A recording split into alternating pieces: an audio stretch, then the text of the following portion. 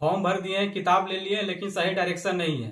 तो ये वीडियो आप लोग के लिए साथियों गेम चेंजर साबित होने वाला है। इस वीडियो में मैं झारखंड पुलिस रेडियो ऑपरेटर का एग्जाम जो हुआ था उसका PYQ मैं कराने आया हूँ। इस वीडियो में हम लोग फिजिक्स का PYQ करेंगे। जय हिंद साथियों, मैं बाले सब इंस्पेक्टर प्रियेश रंजन, आपका दोस्त और होस्ट, आपके अपने यूट्यूब चैनल टेक्निकल खाके में स्वागत करता हूँ। साथियों, आप लोग को इसी तरह प्यार बनाए रखें। आप लोग के प्यार के लिए बहुत बहुत शुक्रिया। और इस वीडियो में हम लोग फिजिक्स का सेक्शन को कवर करेंगे और ये video most awaited video, one of the most awaited video है हमारे ये सीरीज का। तो साथियों, आप लोग को बहुत सारा कंफ्यूजन है कि भैया इसमें फिजिक्स का 11th क्लास से क्वेश्चन आता है या 12th क्लास से आता है या 9th क्लास से आएगा या 10th क्लास से आएगा। तो इस वीडियो को आप लोग अंत तक बने रहे और अंत में मैं आप लोग को इसका सिलेबस ट्रेसिंग भी बताऊंगा। तो साथियों, ज्यादा न देर करते हुए आप लोग को ये वीडियो स्टार्ट करते हैं साथियों। जय हिंद साथियों। तो साथियों, ज्यादा देर ना करते हुए हम लोग सीधा PYQ पे आते हैं। फिजिक्स के PYQ, ये झारखंड पुलिस में रेडियो ऑपरेटर का एग्जाम हुआ था, उसमें देखिए उनका आइडेंटिटी को हम हाइड कर दिए हैं। और जैसे आप लोग को प्रूव करने के लिए क्वेश्चन आईडी और ऑप्शन आईडी भी आता है, जो ऑनलाइन एग्जाम हुआ था झारखंड पुलिस में, तो उसका मैं 40 फिजिक्स का क्वेश्चन को आप लोग को सामने दिखाऊंगा। तो सबसे पहला क्वेश्चन है साथियों, देखिए, while driving water boat forward the bamboo stick is pressed into water, this illustrates the, मतलब कहने का मतलब है कि पानी की नाव को आगे चलाते समय बांस को पानी में दबाया जाता है। तो यह क्या दर्शाता है? तो साथियों, ऑप्शन आप लोग देख लीजिए, Newton first law, second law, third law. तो ये क्रिया प्रतिक्रिया का सिद्धांत है, एक्शन रिएक्शन से, न्यूटन थर्ड लॉ साथियों इसका आंसर होगा। ठीक है, न्यूटन थर्ड लॉ इसका आंसर होगा। दूसरा क्वेश्चन देखिए, एन एटम ऑफ ड्यूटेरियम, इसका होता है H12 कंपोज्ड ऑफ, ड्यूटेरियम के एक परमाणु कितने का बना होता है, मतलब इसमें क्या क्या कंपोनेंट होते हैं? तो साथियों, इसमें एक इलेक्ट्रॉन होगा, एक प्रोटॉन होगा और एक न्यूट्रॉन होगा। तो इसमें कौन सा ऑप्शन हो जाएगा? देख लीजिए, 1 इलेक्ट्रॉन, 1 प्रोटॉन एंड 1 न्यूट्रॉन। साथियों, इसी तरह से तीसरा क्वेश्चन हम लोग आते हैं, फ्लेमिंग का दाहिने हाथ का नियम क्या दर्शाता है? तो इसमें हो जाएगा साथियों, इसका आंसर हो जाएगा direction of the induce EMF। मतलब ये क्वेश्चन है आपका फ्लेमिंग के राइट हैंड रूल्स होता है, लेफ्ट हैंड रूल्स होता है, तो इसमें राइट हैंड रूल से आपका क्वेश्चन है। अगला क्वेश्चन हम लोग चलते हैं, ये हो जाएगा आपका ग्रेविटेशनल से क्वेश्चन है। If the radius of the earth were to shrink by 1%, मतलब पृथ्वी की त्रिज्या 1% कम हो जाती है और द्रव्यमान वही रहता है, तो पृथ्वी की सतह पर गुरुत्वाकर्षण के कारण होने वाला त्वरण क्या होगा? तो साथियों, कमेंट बॉक्स में आप लोग इसका आंसर बताइए, आप लोग भी इन्वॉल्व रहिए इसमें। तो ये एक फॉर्मूला होता है, G बराबर Gm1m2/r², इससे ये निकलेगा साथियों, और आप लोग निकालिएगा। इसका आंसर होगा साथियों, वो 2% की वृद्धि इसका आंसर होगा साथियों। ये ग्रेविटेशनल का क्वेश्चन है। अगला क्वेश्चन है साथियों, which component of the linear momentum does not contribute to angular momentum, ये रेखीय गति की कौन सा घटक कोणीय गति में योगदान नहीं करती है? तो इसका ऑप्शनल पढ़ लेते हैं हम आपके सामने, टेंजेंटियल कंपोनेंट, हॉरिजॉन्टल कंपोनेंट और आपका वर्टिकल कंपोनेंट, रेडिकल कंपोनेंट। तो इसका आंसर होगा साथियों रेडियल कंपोनेंट। अगला क्वेश्चन है कि which of the following acts in accordance with right hand screw rule, मतलब इसमें हिंदी देखिए पेंच का नियम कर दिया है, दाहिने हाथ का पेंच का नियम से कौन सा इसके हिसाब से काम करता है? तो इसका आंसर होगा, इसका ऑप्शन देख लीजिए, axial vector, polar vector, displacement vector. तो इसका आंसर होगा साथी एक्सियल वेक्टर। ठीक है, अब अगला क्वेश्चन न्यूमेरिकल क्वेश्चन है। तो न्यूमेरिकल क्वेश्चन है, ये सर्कुलर मोशन का क्वेश्चन है। सर्कुलर मोशन 11th क्लास में पढ़ाया जाता है। तो साथियों, आप लोग को ये डाउट नहीं रहे इस वीडियो के बाद कि भैया 11 से पूछा जाता है या 12 से पूछा जाता है। साथियों, दोनों क्लास से पूछा जाता है और 9-10 से पूछा जाता है कि नहीं, वो हम लोग ये जब तक 40 क्वेश्चन देख लेंगे उसमें समझ में आएगा। क्योंकि radio operator, Jharkhand police radio operator का जो सिलेबस था, वही सिलेबस डिट्टो वही syllabus Bihar police radio operator का है। तो आप लोग हम लोग पे विश्वास कर सकते हैं, हमारी टीम पे विश्वास कर सकते हैं। हमारी टीम आप लोग के लिए बेहतरी के लिए कार्य करती है और आगे भी इसी तरह आप लोग को सहयोग करते रहेंगे। तो 7वां नंबर क्वेश्चन देखते हैं, a car runs on a circular track having radius of 100 metre at a constant speed. ठीक है, if the car takes 62.8 seconds on each lap, it's average speed, मतलब हिंदी में पढ़ देते हैं कि एक कार 100 मीटर त्रिज्या वाले वृत्ताकार पथ पर समान गति से चल रही है। यदि प्रत्येक चक्कर पूरा करने में 62.8 सेकंड लगता है तो उसकी औसत गति क्या होगा? तो साथियों, यहाँ पे आप लोग निकालिए, इसमें क्या निकलेगा? जैसे सरकमफ्रेंस इसका हो जाएगा 2πr हो जाएगा, तो यहाँ पे 2π 3.14 और r कितना दिया हुआ, 100 मीटर त्रिज्या दिया हुआ साथियों, तो 100 कर देंगे तो कितना हो जाएगा, 62800, ये हो गया। और इसमें समय कितना दिया हुआ है, तो औसत गति माने एवरेज स्पीड, तो स्पीड बराबर क्या होता है साथियों, चाल बराबर दूरी बटे समय, यहाँ पे हम हिंदी इंग्लिश दोनों माध्यम का यूज करेंगे, तो थोड़ा सा आप लोग अपने हिसाब से इसमें एडजस्ट कीजिएगा। तो दूरी टोटल कितना हो गया हमारा 62800, बटे समय कितना हो गया 62.8। तो ये हो जाएगा आपका ऑप्शन से हो जाएगा 10 मीटर पर सेकेंड। 10 मीटर पर सेकंड इसमें आ जाएगा, आप कैलकुलेशन कीजिएगा तो अंतिम में आपका आंसर आ जाएगा 10 मीटर पर सेकंड। ठीक है साथियों।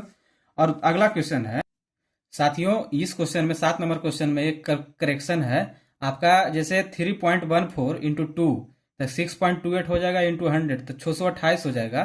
तो यहाँ पे थोड़ा सा करेक्शन आ गया, 628 आ गया। तो इसको 10 से भागा देंगे, 62.8 से भागा देंगे तब आएगा 10 इसमें, इसीलिए यहाँ पे करेक्शन मान लीजिए। अगला क्वेश्चन है कि 8 number question, the main differences between A radio waves and A light waves is. Radio तरंग और प्रकाश तरंग के बीच मुख्य अंतर क्या है? ऑप्शन है वेवलेंथ, दूसरा है फ्रीक्वेंसी, तीसरा है वेवलेंथ एंड फ्रीक्वेंसी। तो हम लोग जानते हैं साथियों कि जो फ्रीक्वेंसी का जो सीरीज है और जो वेवलेंथ का सीरीज है, फ्रीक्वेंसी और वेवलेंथ 1/, इनवर्सली प्रोपोर्शनल होता है। तो ये जो वेवलेंथ का सीरीज है radio, micro, infra, visible, ultra, x, gamma, उसके बाद ये इस तरह से सीरीज है। तो इसमें क्या है, इसमें हमारा आंसर होगा कि रेडियो तरंग और प्रकाश तरंग में क्या अंतर है। तो इसमें वेवलेंथ भी अंतर अलग होगा, दोनों में, दोनों फ्रीक्वेंसी भी अलग होगा। तो इसका आंसर साथियों ये बी ऑप्शन होगा, बोथ वेवलेंथ एंड फ्रीक्वेंसी। अगला क्वेश्चन देखिए, वर्क एनर्जी पावर का न्यूमेरिकल क्वेश्चन है, 11th क्लास का है। The power of the motor pump is 2 kilowatt. किसी मोटर पंप की शक्ति 2 किलोवाट है। How much water per minute the pump can raise to a height of 10 metre. तो साथियों आप लोग इसका भी बनाने का कोशिश कीजिए, ऐसे हम भी इसको एक बार सोल्व करके देखते हैं। जैसे हम लोग जानते हैं क्या होता है, जो वर्क बराबर होता है mgh, तो यहाँ पे मास हो गया, एक्सीलरेशन ड्यू टू ग्रेविटी हो गया, h मतलब हाइट हो गया। अब पावर मतलब पावर बराबर क्या हम लोग जानते हैं साथियों, पावर बराबर हम लोग जानते हैं वर्क अपॉन टाइम। ठीक है, तो इस पे लिख सकते हैं हम लोग P बराबर वर्क को हम लोग लिख दिए mgh बट टाइम से समय जो समय है। तो इसमें दिया हुआ है 2 किलो वाट, 2 किलो वाट बराबर 2000 वाट हो जाएगा साथियों। हम लोग को 2000 वाट यहाँ पे पूछ रहा है क्या कि how much water per minute. तो मतलब यहाँ पे एम निकालना है, वाटर की एम निकालना है। तो यहाँ पे तो एम को एम रहने देते हैं, जी को यहाँ पे सुविधा के हिसाब से 9.8 होता है, 10 ले लेते हैं हम लोग। अब हाइट हम लोग देख लीजिए कि can raise to height of 10 metre, height हम लोग 10 ले लेते हैं। ठीक है, और समय कितना दिया हुआ है प्रति मिनट, तो 1 मिनट में कितना समय होता है, सेकंड होता है साथियों, तो 60 सेकंड। इस तरह से यहाँ पे हम लोग कैलकुलेशन करेंगे तो हम लोग का आंसर आ जाएगा, एम बराबर आ जाएगा साथियों, एम बराबर हम लोग का आंसर आ जाएगा, इसमें कैलकुलेशन कीजिए 1200 केजी आंसर आ जाएगा साथियों। तो यहाँ पे ये 1200 केजी देख रहे हैं किस तरह का क्वेश्चन आ रहा है फिजिक्स में। तो आप लोग को इस वीडियो को देखने के बाद आप लोग को सही डायरेक्शन मिलेगी तैयारी की। अगला क्वेश्चन है, the material of the permanent magnet has. अस्थायी चुंबक की सामग्री में, अस्थायी चुंबक की सामग्री में क्या होता है, लो रेटेंटिविटी, हाई कोरेटिविटी। इसी तरह से लो रेटेंटिविटी, हाई कोरेटिविटी है, हाई रेटेंटिविटी, लो कोरेटिविटी है। और साथियों अगला ऑप्शन है हमारा, इसमें 4 ऑप्शन है कि हाई रेटेंटिविटी, हाई कोर्सिटिविटी। तो ये आंसर होगा साथियों इसमें, अस्थायी चुंबक का आप लोग पढ़िएगा, इसमें एनसीईआरटी में साफ साफ दिया हुआ है इसमें। अगला क्वेश्चन है हमारा कि a baseball is thrown vertically into the air, the acceleration of the ball at its highest point is. मतलब किसी भी बेसबॉल को वर्टिकली थ्रो किया जाता है एयर में, तो हमसे पूछ रहा है इसमें कि इसमें हाईएस्ट पॉइंट पे इसका क्या होगा। तो इसका साथियों एकदम सिंपल सा है, इसमें ज्यादा दिमाग हम लोग को लगाने की आवश्यकता इसमें नहीं है। इसका आंसर देखिए, इसमें अच्छा से आप लोग क्वेश्चन पढ़िए। तो जो भी है इसके में होगा कि जो बॉल पर जो एक्सीलरेशन ड्यू टू ग्रेविटी है, तो ये हाईएस्ट पॉइंट पर सिर्फ वेलोसिटी 0 होता है। हाईएस्ट पॉइंट पर देखिए साथियों वेलोसिटी 0 होगा। ठीक है, वेलोसिटी 0 होगा, अब बट एक्सीलरेशन हमेशा डाउनवर्ड्स लगेगा। ठीक है, तो इसका आंसर हो जाएगा जी, डाउनवर्ड्स, मतलब एक्सीलरेशन नीचे की ओर। ठीक है, अगला क्वेश्चन सिंपल क्वेश्चन है कि during which of the following process does heat reject takes place in Carnot cycle. Carnot cycle है साथियों, हीट वेव एंड थर्मोडायनामिक्स का क्वेश्चन है कि कार्नोट साइकिल में निम्नलिखित में से किस प्रक्रिया में ऊष्मा का त्याग होता है, समतापी प्रसार, समतापी संपीड़न, समेंट्रोपिक प्रसार, ननोदेव। तो साथियों इसका आंसर हो जाएगा समतापी प्रसार, समतापी प्रसार इसका आंसर होगा साथियों। अगला क्वेश्चन, ये मतलब स्टेटमेंट बेस्ड क्वेश्चन है। अगला क्वेश्चन है कि ए सिंपल पेंडुलम, एक सरल लोलक, has a time period of T, what will be the percentage change in its time periods if its amplitude is decrease by 5%। मतलब हिंदी में इस क्वेश्चन को मैं पढ़ दे रहा हूं साथियों कि एक साधारण लोलक की समयावधि टी है, यदि इसके आयाम में 5% की कमी आती है तो इसका समयावधि में प्रतिशत परिवर्तन क्या होगा। तो ये हम लोग जानते हैं टी बराबर 2π√L/g। तो इसमें क्या पूछ रहा है, समय अवधि टी दिया हुआ है हम लोग के पास, आयाम यानी एम्पलीट्यूड, तो एम्पलीट्यूड में 5% की कमी है तो समय, तो टाइम पीरियड में क्या होगा। तो यहाँ पे देखिए एम्पलीट्यूड कहीं पे आ रहा है हमारा फॉर्मूला में, ये लेंथ है, ये एक्सीलरेशन ड्यू टू ग्रेविटी, तो एम्पलीट्यूड का जिक्र नहीं है, तो इसमें 0% यानी नो चेंज होगा साथियों। यहाँ तक आप लोग को क्लियर है तो आप लोग को एक थम्स अप करेंगे इसमें आप लोग। अगला क्वेश्चन है कि power required by a body of mass 30 kg to run up a staircase of 40 step in 10 second is. इसमें दिया हुआ height of each step is 15 centimetre, ये जी लेने को बोल रहा है हमें 10 मीटर पर सेकंड स्क्वायर। तो साथ ही इसका क्वेश्चन को मैं हिंदी में पढ़ दे रहा हूं कि 30 किलोमीटर के एक लड़के को 40 चरणों वाली सीढ़ी पर 10 सेकंड में चढ़ने के लिए कितनी शक्ति लगेगी। और इसमें दिया हुआ है प्रत्येक स्टेयर की ऊंचाई 15 सेंटीमीटर है, इसमें जी लेना है 10 मीटर पर सेकंड स्क्वायर। साथियों ये न्यूमेरिकल क्वेश्चन है, आप लोग भी इसको अटेम्प्ट कीजिएगा वीडियो को पॉज करके, उसके बाद इसका आंसर मैं सोल्यूशन इसको दे रहा हूं और आप लोग इसका देखिएगा। देखिए साथियों तो आप लोग इसको क्वेश्चन को अटेम्प्ट किए होंगे, तो इसमें देखिए टोटल हाइट क्या हो जाएगा, टोटल हाइट हो जाएगा 40 स्टेयर है, एक स्टेयर का ऊंचाई है 15 सेंटीमीटर, तो कितना हो जाएगा 6 मीटर हो जाएगा साथियों।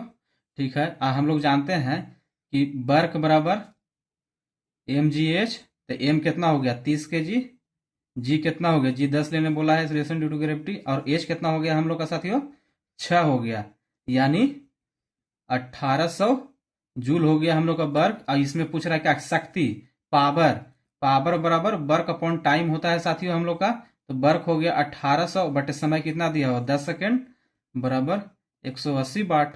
सिंपल क्वेश्चन है, आप लोग बस देखते जाइए अच्छे से और इसको एग्जीक्यूट कीजिए आप लोग अपने तैयारी में भी। अगला क्वेश्चन है, एक galvanometer is converted into an ammeter when be connected है। जब हम गैल्वेनोमीटर एमीटर में कब बदल जाती है, तो इसका ऑप्शन है जब हम क्या कन्वर्ट कर, क्या उसमें संयोजित करते हैं। तो पहला है low resistance in parallel, low resistance in series, high resistance in parallel, high resistance in series. तो साथियों इसका आंसर क्या होगा आप लोग कमेंट बॉक्स में बताइए, हम इसका आंसर नहीं बताएंगे, आप लोग भी कुछ मेहनत कीजिए इसमें। चलिए अगला क्वेश्चन है 16 नंबर क्वेश्चन है कि choke use to limit high frequency AC has.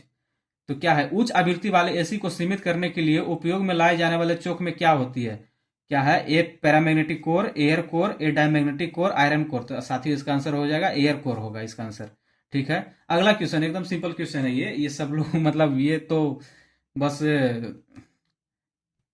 Hydro electric power, तो हाइड्रो इलेक्ट्रिक पावर क्या है, तो ये रिन्यूएबल एनर्जी है साथियों, इसमें ऑप्शन पढ़ने की आवश्यकता ही नहीं है, रिन्यूएबल नेचुरल रिसोर्स है।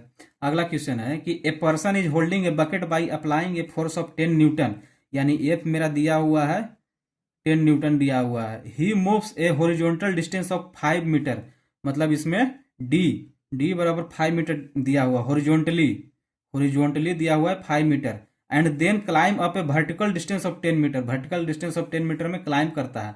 तो find the total work done, total work done पूछ रहा है हॉरिजॉन्टल और वर्टिकल को मिलाकर। इसका हिंदी में पढ़ दे रहे हैं साथियों इसमें कि एक व्यक्ति 10 न्यूटन बल लगाकर बाल्टी पकड़े हुए है, अच्छी बात है, वह 5 मीटर क्षैतिज दूरी चलता है, यानी बोले तो हॉरिजॉन्टली चलता है 5 मीटर, और फिर 10 मीटर ऊर्ध्वाधर चढ़ता है, यानी वर्टिकली 10 मीटर चढ़ता है, तो उसके द्वारा कुल कार्य किया गया। तो वर्क का एक और फॉर्मूला होता है, वर्क बराबर एफ डी कॉस थीटा। तो स्टार्टिंग में साथियों हॉरिजॉन्टली है तो कॉस थीटा हॉरिजॉन्टली में 90 डिग्री हो जाएगा, तो थीटा बराबर 90 डिग्री, तो कॉस 90 0, तो वर्क डन 0 हो जाएगा इसमें। और दूसरा है साथियों कि ये आपका है कि क्या बोलते हैं वर्टिकली है, तो वर्टिकली में तो कॉस 0 हो जाएगा, तो इसमें कॉस 0 1 होता है, तो वर्क बराबर क्या हो जाएगा एफ डी हो जाएगा, यानी फोर्स कितना लगा 10 न्यूटन, और ये डिस्प्लेसमेंट कितना है 10 मीटर, यानी वर्क डन 100 जूल। सिंपल, आप लोग समझते जाइए। 19 नंबर क्वेश्चन है साथियों, a pendulum clock is set to give correct time at the sea level.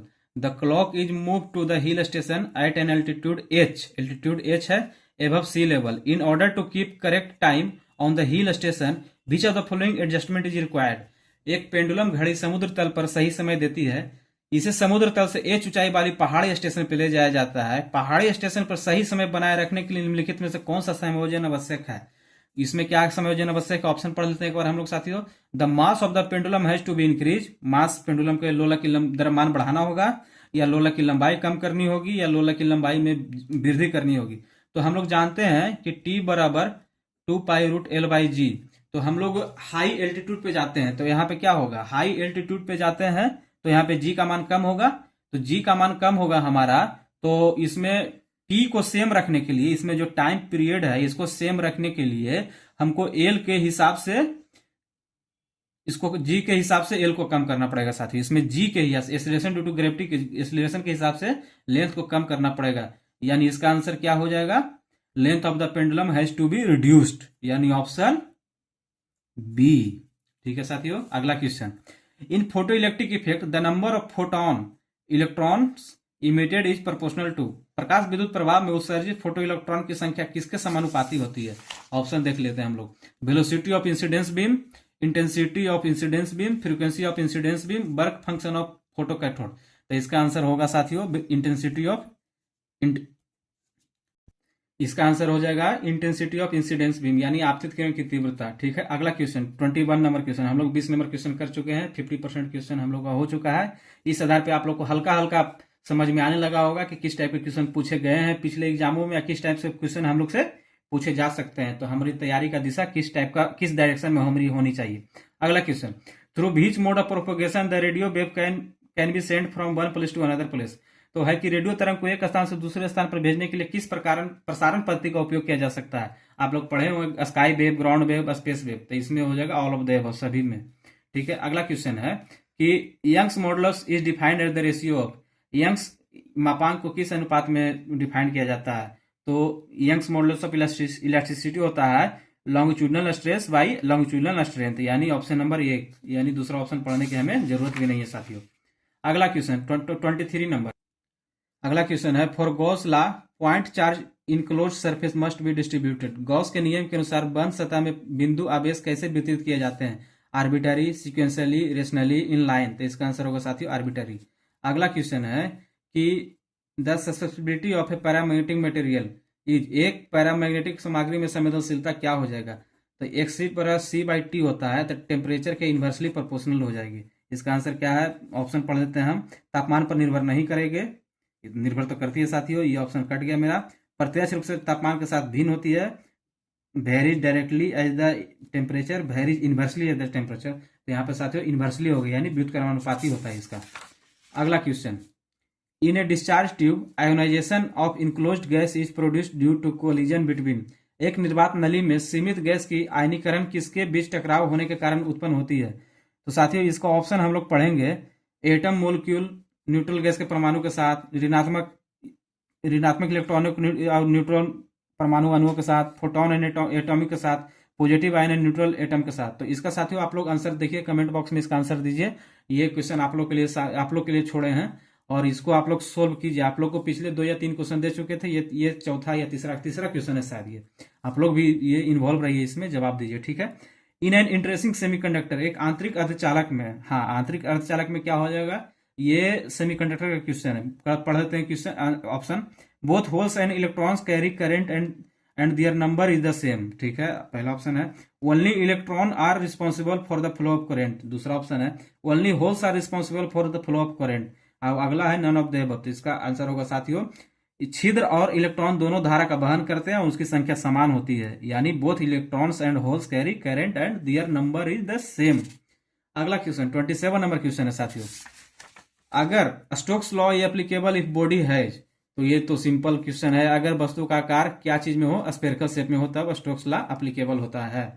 अगला question, frictional force can't be measure in, घर्षण बल को किसमें मापा नहीं जा सकता है? तो देखिए घर्षण बल क्या है, घर्षण बल, जब देखिए बल बोल दिया तो बल तो फोर्स है, फोर्स का न्यूटन है, तो न्यूटन होता है केजी मीटर पर सेकेंड स्क्वायर है। देखिए साथियों चौथा ऑप्शन में क्या है, केजी मीटर पर सेकेंड, यानी ये गलत हो गया, यानी आंसर इसका ये वाला है, चौथा ऑप्शन है। बाकी देखिए न्यूटन तो होता ही है, डाइन होता ही है, केजी वेट होता ही है। ठीक है, अगला क्वेश्चन 29 नंबर क्वेश्चन पे आ गया साथियों। इस वीडियो को लाइक कीजिए, अब इतना हमारे टीम के एफर्ट को अप्रिशिएट कीजिए और अपने जो भी नीडी वन साथी हैं उनसे भी शेयर भी कीजिए, ठीक है। अगला क्वेश्चन पढ़ते हैं, 29 number question. If a part is constraint to move and heated it will deploy. यदि एक भाग को गति करने के लिए विवश किया जाता है और गर्म किया जाता है तो इसमें क्या होगा। इसमें देखिए ऑप्शन पढ़िए, tensile stress, all of the above, principal stress, संपीड़ित प्रतिबल। इसका ऑप्शन पढ़ लीजिए, tensile stress, all of the above, principal stress, compressive stress. इसका आंसर हो जाएगा साथियों कंप्रेसिव स्ट्रेस। आप लोग देख रहे हैं ना कि कहां से क्वेश्चन आ रहा है। इसका नेक्स्ट वीडियो में हम जब ला रहे हैं इसमें, तो इसमें आपका सिलेबस, फिजिक्स का सिलेबस डिस्कस करेंगे और इसमें सोर्स ट्रेसिंग करेंगे और आपको बताएंगे कौन सा टॉपिक ज्यादा इंपॉर्टेंट है, किस टॉपिक से ज्यादा क्वेश्चन आते हैं, कौन से क्लास से ज्यादा क्वेश्चन आ रहे हैं। तो आप लोग इस वीडियो में बने रहे और अगला वीडियो भी इसी पे तुरंत इसके बाद आएगा। आप लोग बहुत से ज्यादा प्यार दीजिए साथियों, हम लोग आप ही के लिए काम कर रहे हैं और आगे भी इसी तरह से सहयोग करते रहेंगे आप लोग को फाइनल सिलेक्शन तक। अगला क्वेश्चन है, which of the following is a dimensional constant. निम्नलिखित में कौन सा आयामी स्थिरांक है। The specific gravity, volume, gravitational constant, area. तो इसका आंसर हो जाएगा साथियों ग्रेविटेशनल कांस्टेंट, कैपिटल जी। अगला question 31 number question, the main difference between radio wave and light wave. ये रिपीट हो गया है, तो इसका आंसर हम लोग किए थे बोथ वेवलेंथ एंड फ्रीक्वेंसी, इसीलिए ये क्वेश्चन रिपीट हो गया हम लोग की टीम के द्वारा।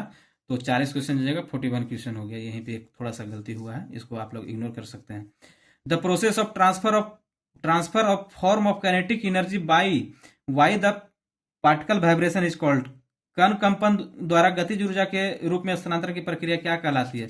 Radiation, convection, conduction, none of the above. तो इसका आंसर हो जाएगा साथियों चलकता, कंडक्शन, ठीक है। अगला क्वेश्चन 33 नंबर क्वेश्चन। साथियों वीडियो को ज्यादा से ज्यादा दोस्तों तक शेयर करें और उन्हें लाभ पहुंचाएं साथियों। 33 number question, the value of Poisson ratio for the steel is between. Steels का जो पॉइजन रेशियो है इसमें जनरली होता है 0.27 से 0.33, बट मेरा ऑप्शन है कहाँ, उसके आसपास ये ऑप्शन है, पहला नंबर ऑप्शन है 0.25 से 0.33, तो यही मेरा आंसर होगा साथियों। अगला question, the efficiency of diesel cycle approaches to Otto cycle. Efficiency बेन, डीजल साइकिल की क्षमता ऑटो साइकिल की क्षमता तक पहुंचती है जब cut off is zero, cut off is increase, cut off is decrease, all of the above. तो इसका ऑप्शन हो जाएगा साथियों कट ऑफ इज जीरो, ठीक है। अगला क्वेश्चन 35 नंबर क्वेश्चन है कि the mercury and sodium street lamp light up because. पारा और सोडियम स्ट्रीट लैंप प्रकाशित होती है क्योंकि उसमें एटॉमिक एब्जॉर्प्शन होता है, एटॉमिक इमिशन होता है, इलेक्ट्रॉन इमिशन होता है, इलेक्ट्रॉन एब्जॉर्प्शन होता है। तो इसका सही आंसर है साथियों एटॉमिक इमिशन होता है, यानी परमाणु उत्सर्जन होता है। देखिए 36 नंबर क्वेश्चन पे हम लोग पहुंच गए हैं। The angle of elevation of cloud is 30 degree. A thunder is here 4 second after the lightning is observe. What is the vertical height of the cloud. Speed of sound 330 दिया हुआ है, जिन general 332 होता है, 330 दिया हुआ है, ठीक है। बादल का उन्नयन कोण 30 डिग्री है। मेघगर्जन आकाशीय विद्युत के दिखने के 4 सेकंड बाद सुनाई देती है, तो बादल की सीधी ऊंचाई क्या होगी। ध्वनि की गति दी हुआ है 330 मीटर, 660 मीटर, 660 मीटर, 1320 मीटर। तो साथियों इसमें हो जाएगा हमारा सबसे पहले स्लैंट हाइट निकालेंगे। स्लैंट हाइट हो जाएगा मेरा इसमें ये 330 गुने 4 कितना हो जाएगा साथियों, इसमें आप लोग निकालिए। 330 इंटू 4 हम लोग को हो जाएगा 1320 मीटर, ठीक है, 1320 मीटर हो जाएगा। और जो वर्टिकल हाइट हो जाएगा, हमसे वर्टिकल हाइट पूछ रहा है, वर्टिकल हाइट हो जाएगा हमारा जो स्लैंट हाइट दिया हुआ है 1320 इंटू, इसमें देखिए उन्नयन कोण 30 डिग्री, यानी इसमें साइन 30 लग जाएगा साथियों इसमें। तो 1320 गुने 1/2, साइन 30 का मान 1/2 होता है, तो 660 मीटर हो जाएगा इसका आंसर साथियों, ठीक है। आप लोग देख रहे होंगे कि क्वेश्चन न्यूमेरिकल भी आ रही है और थ्योरी बेस भी आ रही है, वन लाइनर भी आ रही है, तो हमें तीनों सेक्शन में तैयार होना है साथियों। अगला क्वेश्चन बहुत अच्छा क्वेश्चन है, बहुत इसको थोड़ा सा इसको टफ कैटेगरी माना जाएगा, क्वेश्चन पढ़ लिया जाए। एन इक्विक कन्वेक्स लेंस, यानी इक्विक कन्वेक्स लेंस है prepared from a glass of reflective index 1.5, mu दिया हुआ है 1.5 मेरा, ठीक है। The radius of curvature of the surface is 0.5 metre. The focal length of the lens is, देखिए ये आप लोग बनाइएगा, बहुत अच्छा क्वेश्चन है। एक समतल लेंस 1.5 अपवर्तनांक वाले कांच से बनाया जाता है। सतह की वक्रता की त्रिज्या 0.5 मीटर है, तो लेंस की फोकल लंबाई क्या हो जाएगी। तो इसमें साथियों आप लोग इसको पॉज लेके आप लोग इसको बनाएं, हम भी इसको सोल्व करेंगे, हम भी चाहते हैं कि आप लोग इसको बनाएं। तो साथियों आप लोग इसको अटेम्प्ट लीजिए। इसमें कौन सा फॉर्मूला लगेगा बताइए आप लोग। इसमें आपका लेंस फॉर्मूला लगेगा कि नहीं लगेगा, हाँ लगेगा, जरूर लगेगा। इसमें कौन सा फॉर्मूला, 1/a बराबर म्यू -1 इंटू 1/r1 -1/r2। ये फॉर्मूला लगेगा, तो इसमें क्या हो जाएगा, R1 R2 बराबर हो जाएगा। क्यों? क्योंकि ये मेरा समोत्तल लेंस है, तो क्या हो जाएगा इसका R1 R2 0.5 क्या है मीटर दिया हुआ है, ठीक है। तो इससे मेरा क्या निकलेगा, 1/f निकाल देते हैं, तो म्यू दिया हुआ 1.5 माइनस 1, ये 1/R1, पहला R1 पॉजिटिव 0.5 माइनस दूसरा R1 1/- 0.5 साथियों, ठीक है। तो 1.5 minus 1 0.5 into 1/0.5 minus minus plus साथियों 1/0.5, तो 0.5 इंटू 2/0.5, 0.5 कट गया, फोकस दूरी 2 आ गई, 1/f बराबर मेरा आया साथियों 2, ठीक है।